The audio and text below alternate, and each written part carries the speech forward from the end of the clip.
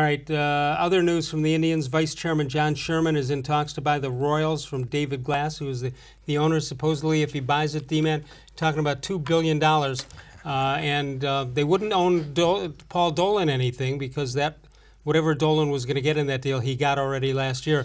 But what do you think this means to the Indians and to the Royals, and if it will change the spending habits of Paul Dolan, or if it didn't matter at all? What do you think? I don't know, Les, because I'm not privy to where the cash has come from and how much has been supplied. All I'm going to say is this, Les. Not long ago on this show and other shows on this set, I have said, I don't want to hear an owner of a professional team crying poverty. Ever. Okay? No matter who the owner is. If you're owning a professional team these days, specifically in the MLB or the NBA or the NFL and even the NHL, I don't want to hear how you lost money in a particular year. Because, give me that again, Les. What is the estimated asking price for the Royals? $1 billion. That's with a B, right? Not an M, $1 billion. I think that's a lot of money. The Royals. I don't want to hear from any of these guys that they're losing money on a given year. If that's what we know is true. If you sell it, you are going to make bazillion over what you paid for it. You might be losing a lot in operations as the year goes by, but when it's all said and done, if you do want to sell it, you're going to make your money back and then some. The point is this, though, with the Indians. I don't know that there's any potential buyer in Northeast Ohio.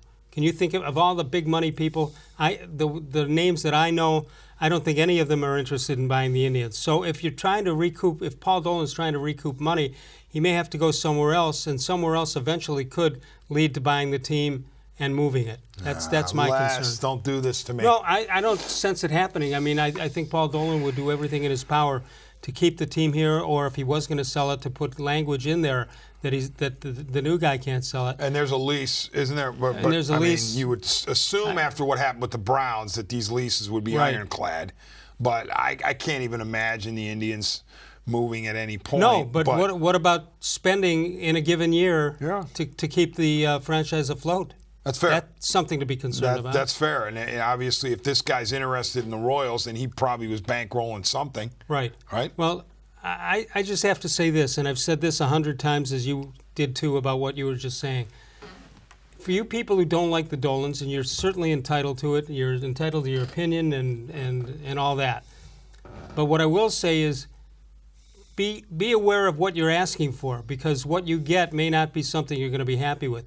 If they sold the team, which would please a lot of people, and sold it to an out-of-town concern, which may or may not move it, or change the spending habits as we know it, or change the personnel in the front office as we know it, I just say be careful for what you wish for. Yeah, and it's possible that if the Dolans were to sell at some point, they sell to a guy who is currently out of town but says, I'm moving to Cleveland. Right. I'm moving my business to Cleveland. Perhaps, we don't know. But again, here's the thing about the owners, okay? How would you like it if you had a stock that was guaranteed to have been bought here and guaranteed to have been sold here, no matter what happens in between? That's essentially what you're dealing with as an MLB owner now. No matter how many losses you take operationally. Nobody loses money when they sell the franchise. Right, exactly. You're guaranteed right now. Yeah. If you wanted to unload a major league franchise, you are guaranteed to make hundreds of millions of dollars over what you paid to buy that franchise. That is essentially the story of the whole thing.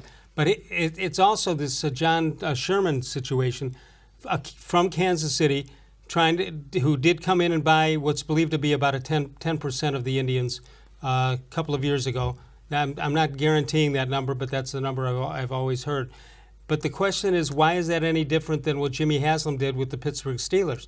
He paid a certain amount to get into the boardroom and watch and listen. And I think that's what Sherman did with Paul Dolan and the Cleveland Indians, and now he's ready to fly out on his own. Sounds perfectly plausible to me, Les, what you just said. All right, so in the short term, Although we both admit we don't understand the financials. Well, we don't know. We don't know them. We're not privy to it. Right. So the question is, or the thought is it going to hurt the Indians and their spending habits in the foreseeable future, which is this year? Well, not this year anymore, but next year. Is it something to be concerned about? Yeah, I suppose, but you're not asking a huge spender to dial back a lot. You know what I mean? In Paul-Dolan. Yeah, it's not like it's the Yankees or the Dodgers, and you're learning that they have to, pare $90 million off their payroll or something. Right. So if it is a reduction in Indians' payroll, it's not going to be dramatic. I wouldn't think, because they're not one of the big. It's also high not going to be rollers dramatic begin the with. other way too. Oh, I mean, I can't even. I can't fathom the Dolans all of a sudden deciding to spend again, or the Dolan ownership, or whoever comes in to to support them. Do you agree, other than the amount of money they put into the season as it goes, are you ready to admit that they've done a heck of a job? All things considered. If the Indians make the playoffs, I will begin to congratulate what happened this year. If they don't, even out of the Central, it's a disappointment. Yeah, even with all the injuries. I know the Indians want to say, what an amazing team we've had, amazing we've kept it together. Well, guess what? The facts are, it's easier to keep it together in today's AL Central. That's just a fact. Okay, how about this? When 3/5 of your competition is trash and 2 are unrecognizable trash, you should be able to stick around in the division. All right, so let me take that same tack then. Even if they get beat by Minnesota, next year Chicago's not going to be ready, despite what some people have been saying. Including me, but you're right. I don't think Kansas City won't be ready, and Detroit won't be ready, so it'll be a dogfight between Cleveland and Minnesota again. You might, at the beginning of the year or the offseason, you may not have to spend big. If you think your only competition is the Minnesota Twins, that's who you go after. Well, and I know that it's going to anger people who say, well, how you've got to be able to beat the best to get to the World Series and win it. You have to beat the Yankees, the Astros.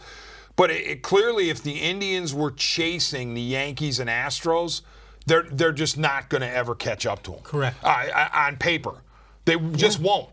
At least for the foreseeable future, unless Houston ownership decides, okay, our World Series opportunity, our window is closed, we're going to sell off all of our veteran pieces and start over, a la Bo Porter years ago. The Yankees will never do that. The Dodgers will never do it. If you're going to try to run with those teams, good luck. But that's not excusing you from not putting money into the product. Yeah, but the Indians cannot compete with the Yankees or the Astros. Right, by payroll. But that is not me saying they shouldn't continue to try to improve. They shouldn't put money into their payroll. I'm simply saying if you're trying to go toe-to-toe with the Astros and the Yankees right now, you're going to come up short.